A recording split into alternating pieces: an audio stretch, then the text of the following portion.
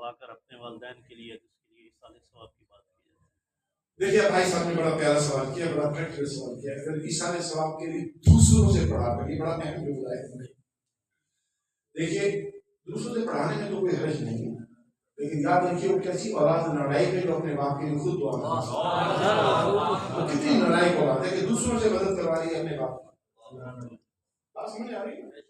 آپ خود پڑھیں اللہ کے واسطے، قرآن پڑھیں، حدیث شریف پڑھیں، درود شریف پڑھیں، جو بھی آپ نیک کام کرنا ہے، خیرات کرنا ہے، سب سے پہلے خود کریں.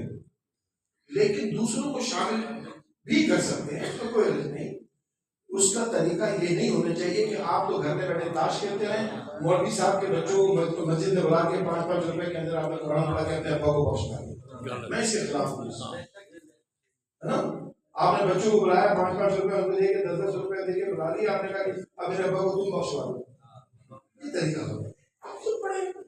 بخدا آپ اردو میں دعا مانگیں اپنے باپ کے لیے جو فوت ہو گئے، آپ پنجابی میں مانگیں، بخدا اللہ اس دعا کو زیادہ قبول کرے گا، اس دعا کو اس فاتحہ کے مقابلے میں جو آپ خود تاش کھیلتے ہو، خود سارے الٹے سیدھے کام کر رہے ہو، اور بچوں کو مدرسے کے بچوں کو بلا کے آپ نے کہا کہ میرے ابا کو بخشوا دیں، وہ اس کا کوئی فائدہ نہیں. بس سمجھ گئے میری بات؟